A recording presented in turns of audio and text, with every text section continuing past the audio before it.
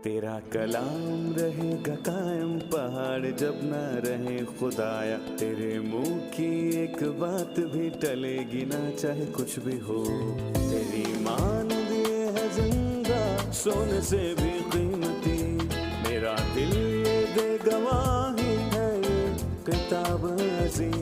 नाज़िल करे अपना कलाम, शिकस्ता दिलों को सुकून मिले, तारीखी दूर हो मेरी राहें रोशन कर।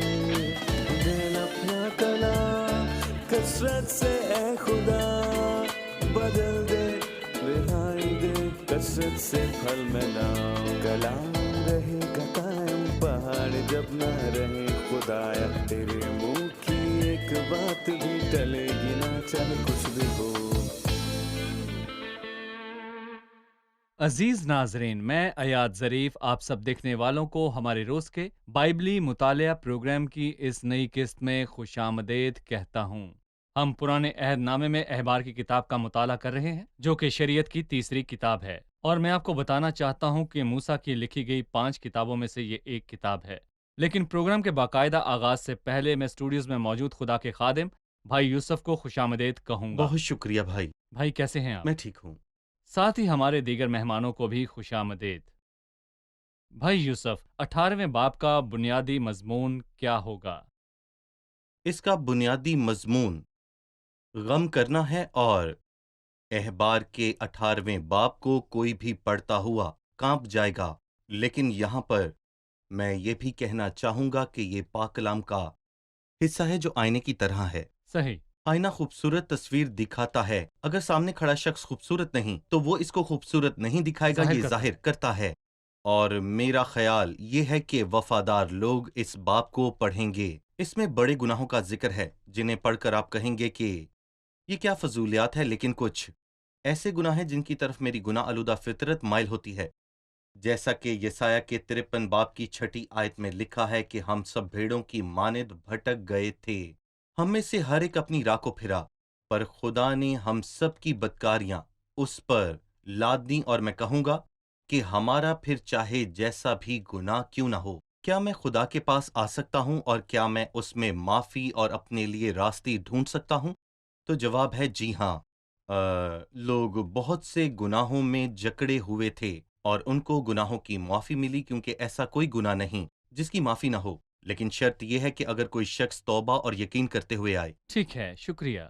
भाई, आज हम इस बाब में जिनसी गुनाहों के ताल्लुक से बात करेंगे, जी जो कि इंसानों की बिगड़ी हालत को जाहिर करता है, और ये लोग जो कि गैर कौमों में से नमूने के तौर पर चुन बिल्कुल। लिए गए थे, जी जिनमें ये बुरी बातें जाहिर हुईं। जरूर। मैं चंद आयात पढ़ने के बाद आपसे सवाल पूछूंगा। फिर खुदावंद ने मूसा से कहा, बनी इसराइल से कह के मैं खुदावंद तुम्हारा खुदा हूँ। तुम मुल्क मिस्र के से काम जिसमें तुम रहते थे ना करना, और मुल्क किनान से भी काम जहाँ मैं तुम्हें ले जाता हूँ ना करना, और ना उनकी रसूमात पर चलना। तुम मेरे हुक्मों पर अमल करना और मेरे आइन को मानकर उन पर चलना। मैं तुम्हारा खुदावंद हूँ। सो तुम मेरे आइन और अहकाम मानना, जिन पर अगर कोई अमल करे तो वो उन्हीं की बदौलत जीता रहेगा। मैं खुदावंद हूँ। भाई यूसुफ, इससे पहले कि हम ममनू बातों की तरफ आएं जो खुदावंद ने उनको बताई, मैं खुदावंद की उसके इजहार की तरफ तवज्जो दिलाना चाहता हूं जब वो अपना तारुफ करवाते हुए कहता है कि मैं खुदावंद हूं, जिसे कई मर्तबा दोहराया गया। आपको मैं खुदावंद हूं के लफ्ज में क्या नजर आता है? और बताता है कि ममनू बातों और जनाकारी के इमाल के ताल्लुक से वो गिर सकते हैं। इस बाब में हम 6 मरतबा पढ़ते हैं, और 3 मरतबा मैं खुदा तुम्हारा खुदा हूं, और 3 मरतबा मैं खुदा हूं। खुदा जिसके पास कुल इख्तियार है और उसने हमें बताया और हमें कानून दिए। यहाँ वो कहता है मैं तुम्हें वो कानून दूंगा जो मैंने तरतीब दिए। मिसाल के तौर पर अगर कोई कशिश शकल के कानून का इनकार करता है तो दर हकीकत, और मैं यहाँ किसी को मशवरा नहीं दे रहा कि वो इस कानून को नज़रअंदाज करे, लेकिन ऐसा करने से हड्डियां टूट सकती हैं। अगर कोई कहे कि मैं कशिश शकल के कानून को पसंद नहीं करता, तो इसका क्या मतलब है कि किसी चीज के टूटने का आप पर कोई असर नहीं। और अगर मैं 10वीं मंजिल से अपने आप को नीचे गिरा दूं, मैं ये कहूं कि मुझे ऊपर जाकर नीचे आना पसंद नहीं, तो इस बात की तरह कोई भी बात नहीं कि मुझे ये कानून पसंद नहीं है, لیکن یہ خدا کے قانون ہیں جن پر عمل کرنا ہے، جو کہ خالق خدا نے بنائے ہیں۔ وہ کہتا ہے یہ کام کرو اور وہ کام تم نہ کرو۔ آج کل دانا لوگ یہ کہتے ہیں، اور احمق نے اپنے دل میں کہا کوئی خدا نہیں، میں اپنا خدا آپ ہوں شیاطین کی زبان میں۔ تم خداون کو اجازت کیوں دیتے ہو کہ وہ اپنا قانون تم پر لاگو کرے؟ تم خدا کی مانند ہو جاؤ گے، لیکن یہ آپ ہیں جو فیصلہ کریں گے غلط کیا ہے اور صحیح کیا۔ لیکن اس دانائی کا کیا نتیجہ نکلتا ہے؟ وہ بگڑ گئے اور مکروہات میں پڑ گئے۔ صحیح۔ اس لیے خداوند اپنے الفاظ کو استعمال کرتے ہوئے اپنے لوگوں سے بطور مالک کہتا ہے میں جی خداوند ہوں، تاکہ وہ اپنے اعمال اور جی تعلقات کے تعلق سے توجہ دیں۔ پر وہ ان کو کہتا ہے میں خداوند تمہارا خدا ہوں، تم ملک مصر کے سے کام نہ کرنا جہاں تم رہتے تھے۔ وہ ماضی کا حوالہ دے رہا ہے، اور نہ ہی ملک کنعان کی رسموں پر چلنا جہاں میں تمہیں لے جا رہا ہوں ان کے سے کام نہ کرنا۔ وہ انہیں ماضی اور مستقبل کے تعلق سے آگاہی دیتا ہے۔ ہم اسرائیل کی گرد کی اقوام میں کیا دیکھتے ہیں؟ وہ ملک جہاں سے وہ نکلے اور جہاں وہ قبضہ کرنے کو تھے۔ یقیناً وہ اس ملک کی بات کر رہا ہے جہاں سے وہ نکلے تھے، اور وہ ملک جہاں وہ جا رہے تھے۔ وہ مصر سے نکلے تھے۔ اس وقت مصر دنیا کی معراج پر تھا، لیکن ان کی تہذیب ان کو کہاں پر لے گئی تھی؟ جس طرح موسیٰ کے لیے کہا گیا ہے کہ وہ ملک مصر کی تمام حکومت سے واقف تھا، یہ اس کا نتیجہ ہے۔ لیکن کینان جس کی شرمناک تاریخ کے تعلق سے ہم پڑھتے ہیں، یہ افسوسناک ماضی جو پیدائش کے 9ویں باب میں ہم دیکھتے ہیں، جب حام نے اپنے باپ کی برہنگی دیکھی، ایسا لگتا ہے کہ وہ بھی اس گناہ میں شریک تھا، اس لیے اس پر لعنت کی گئی۔ افسوس کہ وہ مصر سے نکل آئے اور مصری یہ کام کرتے تھے، اور اب وہ کینان میں داخل ہو رہے تھے اور کینانی بھی یہی کام کرتے تھے۔ یہ باپ ہمیں افسیو 4:17 کی یاد دلاتی ہے، اور اس لیے میں کہتا ہوں اور خداوند میں جتات دیتا ہوں، جس طرح غیر قومیں اپنے بیہودہ خیالات کے موافق چلتی ہیں ان کی لیکن عقل تم نہ چلنا، تاریک ہو گئی ہیں، اور وہ اس دنائی کے سبب سے ہے جو ان میں ہے، اور اپنے دلوں کی سختی کے باعث خدا کی زندگی سے خارج ہیں۔ پھر وہ ان سے کہتا ہے کہ مگر تم نے مسیح کی ایسی تعلیم نہیں پائی۔ مسیح کا کردار کس قدر اعلیٰ ہے؟ یقیناً اس کا ان باتوں سے کوئی تعلق نہیں، یقیناً اس طرح کی باتوں سے نہیں ہے۔ وہ کاملیت کی کامل مثال ہے، ہمارا نمونہ اور ہمارا رہبر ہمارا مسیح ہے، جو آدمیوں میں سے سب سے زیادہ خوبصورت ہے۔ ہم وہ لوگ ہیں جن کو علیحدہ کیا گیا۔ صحیح۔ شکریہ، ہم ایک وقفہ لیں گے اور پھر دوبارہ حاضر ہوں گے۔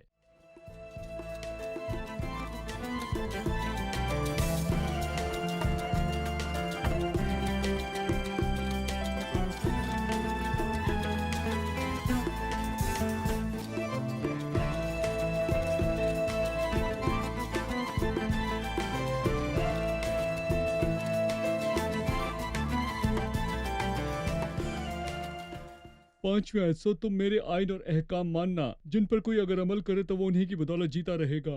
جیتا رہے سے کیا مراد ہے؟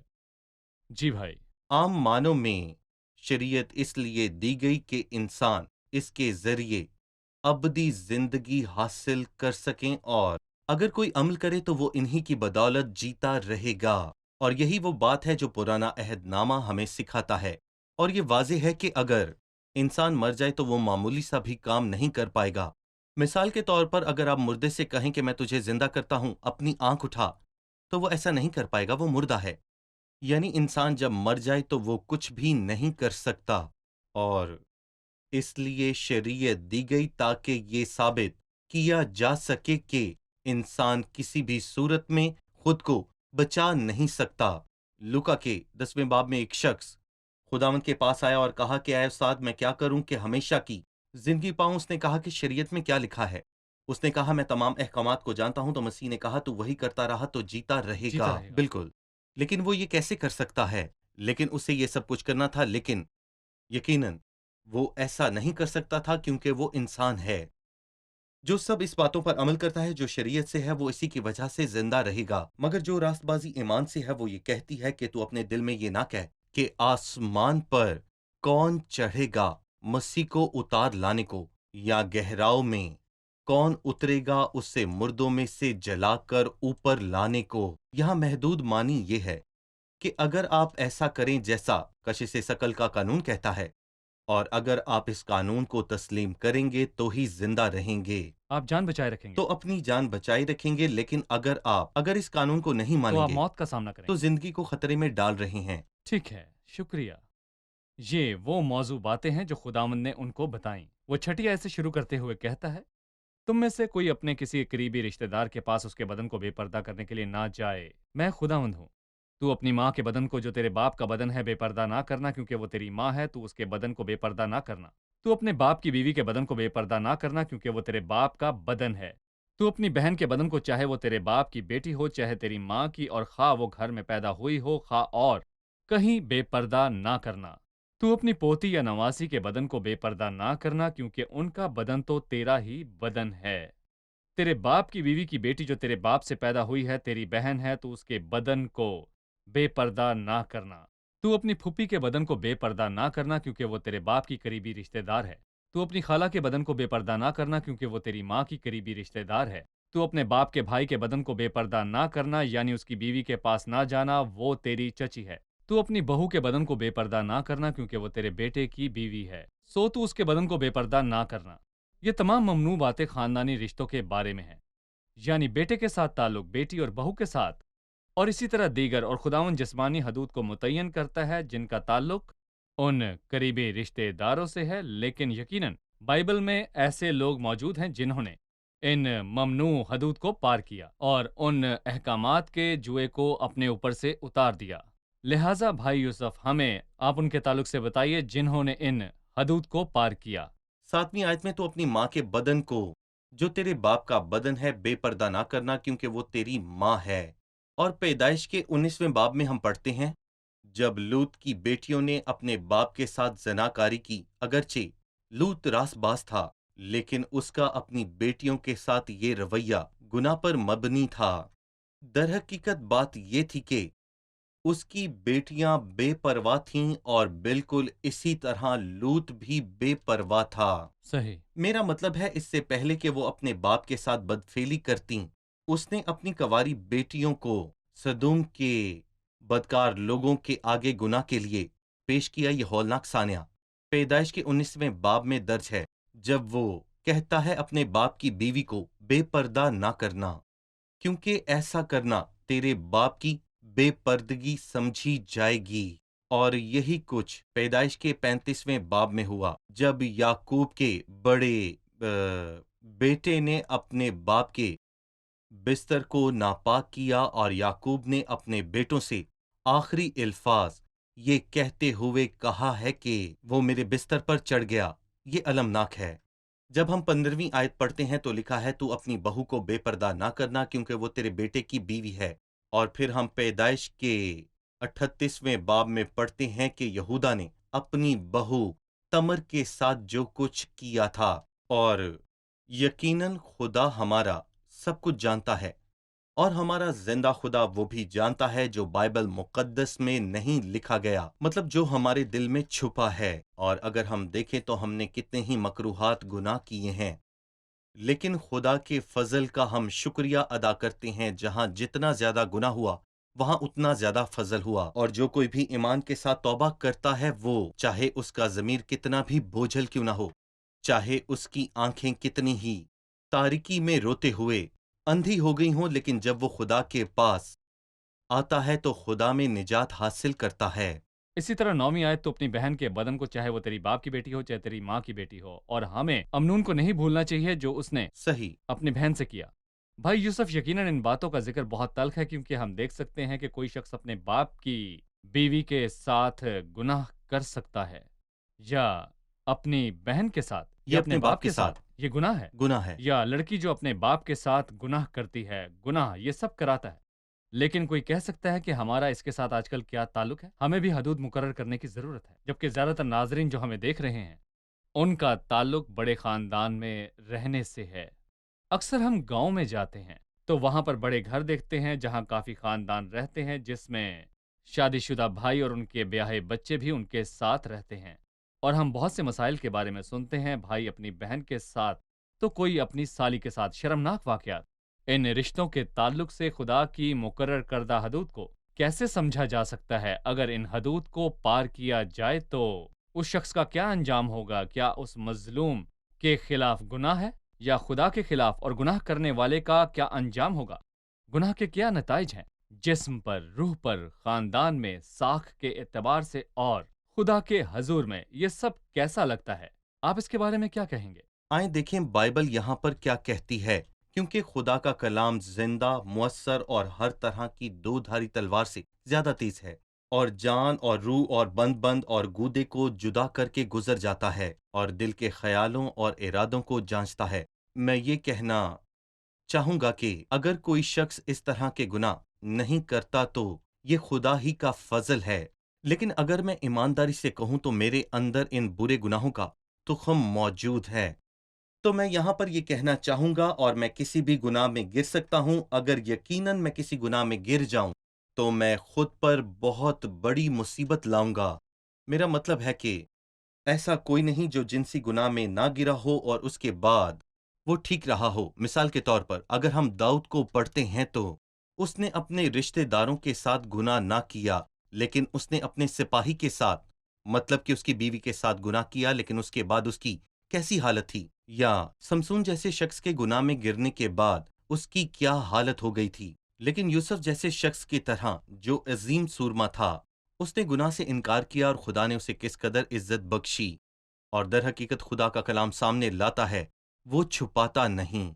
और जब वो हमें उन गुनाहों के ताल्लुक से आगाही देता है तो इसका मतलब है कि हमारा उनमें गिरने का रुझान है और हमें मदद मांगने की जरूरत है कि वो हमारी हिफाजत करे। 19वीं और 20वीं आयत में वो दायरा कार वसी करता है, यानी रिश्तेदारों के बाद और हमें खानदान के हकूक को भी कायम रखना है। वो 19वीं आयत में कहता है, और तू औरत के पास जब तक वो हैज के सबब से नापाक है उसके बदन को बेपर्दा करने के लिए ना जाना, और तू अपने को निजिस करने के लिए अपने हमसाया की बीवी से सोहबत ना करना। यहाँ पर किन हदूद को बयान किया गया कि हम दूसरों को किस तरह देखें और अपने दोस्तों, दोस्तों के खानदानों और उनकी बीवियों को ज़ब्ते नफ्स और पाकीज़गी के मसले से कैसे निपटा जाए। आप इसकी वजाहत फरमा दीजिए। जब आप थसलनिकियों का चौथा बाब पढ़ते हैं तो आप क्या पढ़ते हैं? वो कहता है, अगर कोई अपने भाई के साथ इस अमर में ज्यादती या दगा ना करे। फिर वो सख्त अल्फाज में कहता है कि खुदावन इनका बदला लेगा। मतलब ये कि खुदावन बदला लेने वाला है। बाजुकात आप अपना बदला नहीं ले सकते क्योंकि आप बेबस और बेअसर होते हैं, या वो नहीं जानता कि कैसे लिया जाए।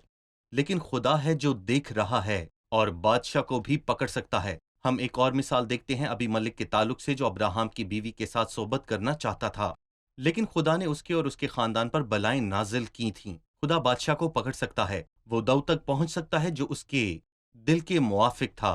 वो खुदा है, वो कहीं भी पहुंच सकता है और बदला ले सकता है, और वो करता है, क्योंकि जिंदा खुदा के हाथ में पड़ना बहुत हौलनाक बात है। बाइबल सिखाती है कि शौहर अपनी बीवी से प्यार करे, अपनी बीवी को बिल्कुल सिर्फ अपनी। जी। लेकिन हमें दूसरे लोगों के ताल्लुक से ज़ब्ते नफ्स, पाकीज़गी और पाक होने की ज़रूरत है। बाइबल मुकद्दस हमें ज़ब्ते नफ्स और पाकीज़गी के ताल्लुक से सिखाती है। मेरा ख्याल है कि खुदा इसराइली नस्ल को पाक रखना चाहता था और खून नापाक नहीं होने देना चाहता था, जिससे हमारे मुबारक मसीह को पैदा होना था। बिल्कुल। हम यहाँ पर एक छोटा सा वक्फा लेंगे और फिर दोबारा हाजिर होंगे।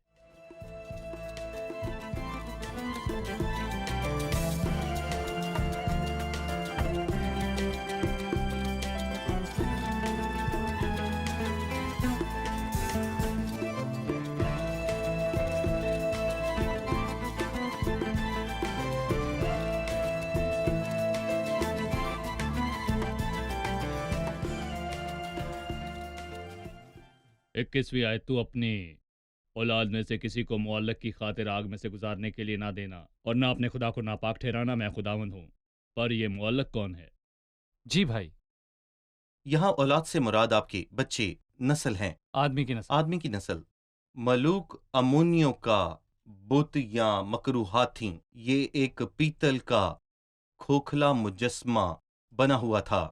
इसके बाजू फैले हुए थे और जब आग तेज होती तो इसके हाथ बहुत ज्यादा गर्म हो जाते, और फिर एक मासूम बच्चा या एक औलाद इसके गर्म बाजुओं पर रख दी जाती और फिर इसके आगे ढोल बजाए जाते थे ताकि किसी को रोते हुए बच्चे की चीखो आवाज पुकार की सुनाई ना आवाज दे। सुनाई ना दे। उन मासूम बच्चों की चीखो पुकार जो उस शैतान की भेंट चढ़ाए जाते थे। ये मकरूहात की एक तस्वीर है। ये कैसा पागलपन है, लेकिन अफसोस ये एक गुनाह भी साबित हुआ और इंसान का पागलपन भी। ये मकरूहात अमूनियों का बुत जिसका जिक्र आमूस के 5वें बाब में भी है और फिर इसका जिक्र हमें इमाल के 7वें बाब में मिलता है। ना सिर्फ मौलिक का जिक्र है बल्कि यहाँ पर मलकूम या फिर मालकुम का भी जिक्र पाया जाता है। ये 3 नाम हैं और तीनों के नामों का एक ही मतलब है, यानी बादशाह। लेकिन अफसोस कि वो इस बुत को अपना खुदा तस्वुर करते, लेकिन हकीकत में उनका भी खुदा वही लश्करों का खुदा है जो मेरा खुदा है। सही, ये भी खुदा के खिलाफ गुनाह है, क्योंकि वो इंसान की नस्ल को जिसे खुदा ने बरकत की नस्ल के तौर पर दिया है उसे मुअल्लक के बुत के हाथों में पेश कर देते हैं। सही। इसके बाद वो कहते हैं तू मर्द के साथ सोबत ना करना जैसे औरत से करता है, ये नहायत मकरूह काम है। इस मुकाम पर कहूंगा इसके बारे में क्या ख्याल है जो ये सब करता है और सिखाता है कि हर चीज एक बीमारी है, मतलब कि हम जिन्स परस्ती की कशिश एक बीमारी है, ना कि गुनाह। बाइबल इस फेल के बारे में क्या कहती है? खुदा की कलाम की रोशनी में और कलाम के आईने में इसका क्या नाम है? कलाम बिल्कुल वाज़ेह है और खुदा के कलाम को क्यों बदला जाए, लेकिन हकीकत में वो खुदा के कलाम को बिगाड़ते हैं और खुदा के कलाम की तब्दीली भी करते हैं। वो इसे मूसा के अल्फाज कहते हैं, लेकिन शायद मूसा के भी नहीं बल्कि किसी और के, जिसने इसको लिखा मूसा के सैकड़ों बरस के बाद। यानी खुदा के कलाम की ताजीम खत्म हो गई। और मैं यहाँ पर ये कहूंगा कि बाइबल कहती है, देखो उन्होंने खुदा के कलाम को रद्द कर दिया। देखो ये कैसी दनाई है। क्या हम उन लोगों की बात सुने जो खुदा के कलाम को रद्द करते हैं और उसकी हकारत करते हैं? ये अल्फाज नहायत वाज़ेह हैं। तू मर्द के साथ सोबत ना करना जैसे तू औरत के साथ करता है, नहायत मकरू काम है। और जब हम सदूम और अमूरा के गुनाह के ताल्लुक से पढ़ते हैं तो हमें बताया गया है कि ये ज़नाकारी है और वो शहवत परस्ती में ऐसा करते। ये खुदा के नज़दीक ज़नाकारी है और खुदावंद इसकी सख्त सज़ा देगा। और वो कहता है कि ऐसे लोग खुदा की बादशाही के हरगिज वारिस ना होंगे। इसका जिक्र पहले करंथियों के 6 बाब में है। उनका खुदा के साथ कोई ताल्लुक नहीं और ना ही खुदा की जिंदगी के साथ कोई ताल्लुक है। और जो कोई इस गुनाह का मुर्तकिब होता है वो फौरन इससे तौबा करे और खुदा उनके रहम में पनाह हासिल करे, और वो ऐसा कर सकता है। और करंथियों में वो कहता है, तुम में बाज बिल्कुल ऐसे ही थे, लेकिन धुल गए हो और पाक किए गए हो, और तुम खुदावन यीशु के नाम में रास्तबाज ठहराए गए हो। और खुदा इस गुनाह से और दीगर गुनाहों से हमें रिहाई देता है। इसलिए फैसला कुन तौर पर खुदा के कलाम की रोशनी में कोई भी जिनसी गुमराही और हम जिन्स परस्ती ये सब गुनाह है, और इसके लिए इलाही मुदाखलत की और तौबा की ज़रूरत है और मसीह के सलीबी कफारे की ज़रूरत है। बिल्कुल। 24वीं आयत से इन गुनाहों के नताइज का जिक्र है जो उनको करने वाली कौमों ने भुगते। खुदावंद केनानियों के उन गुनाहों से खबरदार करता है जिनको उसने उस मुल्क में जाने की इजाजत दी, जिसकी वजह उनके गुनाहों का नतीजा था जो उन्होंने किए। केनानियों ने क्या हासिल किया और किस तरह खुदावंद ने उन्हें खबरदार किया? यहाँ वो ये कहता है कि ये सब कौमें आलूदा हैं और इनका मालिक भी आलूदा इंसान है। और नतीजा ये कि वो अपने बाशिंदों को उगले देता है। कुछ लोग एतराज करते हैं कि खुदावंद क्यों केनानियों को उनके मुल्क से निकालता था और इसराइल को दाखिल करता था। दरहकीकत खुदा उन लोगों को उनकी मकरूहात की वजह से उनके मुल्क से निकाल दिया करता था। जब खुदावंद ने अब्राहम से वादा किया कि वो ये मुल्क तेरी नस्ल को देगा, तो उसने अहम बात कही थी, लेकिन कुछ लोग इसे नजरअंदाज करते हैं। और अमूरियों के गुनाह अभी पूरे नहीं हुए। उसने 400 बरस तक इंतजार किया। देखा खुदा ने किस कदर बर्दाश्त किया और वो किस कदर ज्यादा इंतजार करता है। वो तौबा करते तो खुदा उन्हें माफ कर देता और खुदा के हक को नजरअंदाज किया और अपने बाशिंदों को उगल दिया। लेकिन अफसोस कि उन्होंने गुनाह को जारी रखा और जनाकारी करते रहे। खुदा के हक को नजरअंदाज किया, जिसके नतीजे में उसने बाशिंदों को उगल दिया। किसी ने कहा, क्या यहूदी इनसे बेहतर थे? तो नहीं। खुदा ने उन्हें आगाह किया कि अगर तुम ऐसा करोगे तो तुम्हारे साथ भी ऐसा ही होगा। लेकिन उन्होंने ऐसा किया और आज भी वो लोग 2000 سال سے پوری زمین پر پرگندہ ہیں. کیا وہ واپس آئے؟ لیکن صرف بڑی مصیبت کے دور سے گزرنے کے لیے. جب کلیسیا آسمان پر اٹھا لی جائے گی، یہ گناہ کی سزا ہے. خداوند 30ویں آیت میں نتیجے کے ساتھ اختتام کرتا ہے، اس لیے میری شریعت کو ماننا اور یہ مکروہ رسمیں جو تم سے پہلے ادا کی جاتی تھی ان میں سے کسی کو عمل میں نہ لانا اور ان میں پھنس کر آلودہ نہ ہو جانا. میں خداوند تمہارا خدا ہوں. وہ یہ کہہ کر آغاز کرتا ہے میں خداوند تمہارا خدا صحیح. ہوں، اور وہ اختتام بھی اسی طرح کرتا ہے کہ میں خداوند تمہارا خدا ہوں. آپ اس پر کیا کہیں گے؟ اپنے اختیار اور حق کے تعلق سے وہ کل اختیار رکھتا ہے کیونکہ وہ خداوند ہے. چونکہ وہ خداوند ہے تو ہمیں اس سے کہنا چاہیے کہ اے خداوند، تاکہ جو زندہ ہیں وہ آئندہ کو اپنے لیے نہ جئیں بلکہ اس کے لیے جو مرا اور جی اٹھا. اس لیے مسیح مردوں میں سے جی اٹھا. وہ ہماری خاطر مرا اور جی اٹھا تاکہ زندوں اور مردوں دونوں کا ہی خدا ہو. شکریہ. ہم پروگرام کے اختتام پر پہنچ چکے ہیں. آئیے مہمانوں سے رائے جانیں. آج آپ نے کیا سیکھا؟ ہم نے بہت بار گناہوں کا سنا ہے اور یہ کہ خدا ہمارے سے واقف ہے، لیکن ہمیں امید ہے کہ خدا ابھی بھی ہمیں بچاتا ہے۔ ہم نے دیکھا کہ خداوند اپنا تعارف 6 مرتبہ کرواتا ہے، 3 مرتبہ یہ کہتے ہوئے کہ میں خداوند تمہارا خدا ہوں، اور 3 مرتبہ میں خداوند ہوں۔ وہ مالک ہے اور اسی کے پاس کل اختیار ہے۔ وہ قانون لاگو کرتا ہے، ہمیں اس کے حکموں پر عمل کرنا ہے، نہ کہ توڑنا۔ ہم نے دیکھا کہ خداوند غیر شرعی تعلقات کا بدلہ لے گا، اگرچہ کہ جنسی خواہش خدا کی نعمت ہے لیکن اس کی حدود ہیں۔ جنسی عمل کی حدود شادی تک محدود ہے اور شادی سے پہلے جنسی تعلق نہیں ہونا چاہیے۔ شکریہ، خدا آپ کو برکت دے۔ بھائی یوسف، خدا آپ کا بھی برکت دے۔ شکریہ۔ عزیز ناظرین، اس باب میں انسان کے دل کی حالت کو ظاہر کیا گیا ہے۔ انسان کے دل کے برے خیال نہایت واضح ہیں اور خدا کا کلام انسانی غلطیوں کا آئینہ ہے۔ جی، انسانی غلطیوں کا قریبی حلقوں میں بھی وہ شخص جو اپنی بیٹی کے ساتھ گناہ کرتا ہے، یا کوئی لڑکی جو اپنے باپ کے ساتھ گناہ کرتی، یا قریبی رشتہ داروں کے ساتھ، دیکھیں انسان کی گراوٹ کس طرح ظاہر ہوتی ہے۔ میں کہنا چاہتا ہوں کہ خدا ہر طرح کی برائی کے خلاف ہے اور تمام ناپاک تعلقات کے خلاف۔ خدا ان مکروہات کے خلاف ہے کیونکہ ان میں سے ہر برا عمل خداوند کے نام کی تذلیل ہے۔ ہم پرہیزگاری کیسے سیکھیں؟ کیا پرہیزگاری باہر سے ہم تک پہنچتی ہے؟ نہیں، پرہیزگاری اس وقت تک نہیں آتی جب تک آپ نئے سرے سے پیدا نہ ہو۔ بدی سے کیسے نفرت کی جائے، مکروہات سے کیسے نفرت کی جائے، زناکاری سے کیسے نفرت کی جائے، خاندانی تعلقات کو کیسے محفوظ رکھا جائے، اور دوسروں کے حقوق کو قائم رکھنا، نہ کہ ان کے حقوق ان سے چھیننا، یہ صرف اس وقت ہوگا جب ہم خدا سے پیدا ہوں گے اور ابدی زندگی رکھتے ہوں گے، اور ہمیں ہر روز خدا کے ساتھ رفاقت رکھنا ہوگی۔ عزیز ناظرین، بدی اور گناہ، ان سے نہ کھیلیں۔ بدی اور گناہ انسان کو خدا سے دور لے جاتا ہے، لہٰذا اپنے گناہوں کا اقرار کریں اور اسے قبول کریں۔ اگلے پروگرام میں آپ سے پھر ملاقات ہوگی۔ خدا آپ سب کو برکت دے۔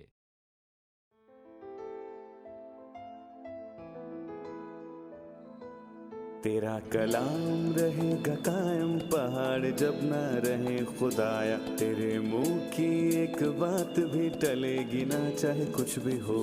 تیری مان دیے ہے زندہ، سونے سے بھی قیمتی، میرا دل یہ دے گواہی ہے، یہ کتاب عظیم نازل کرے اپنا کلام، شکستہ دلوں کو سکون ملے، تاریکی دور ہو میری راہیں روشن کر، دل اپنا کلام کثرت سے اے خدا بدل دے، رہائی دے کثرت سے پھل ملاؤ۔ کلام رہے گا قائم، پہاڑ جب نہ رہے خدایا، تیرے منہ کی ایک بات بھی ٹلے گی نہ، چاہے کچھ بھی ہو۔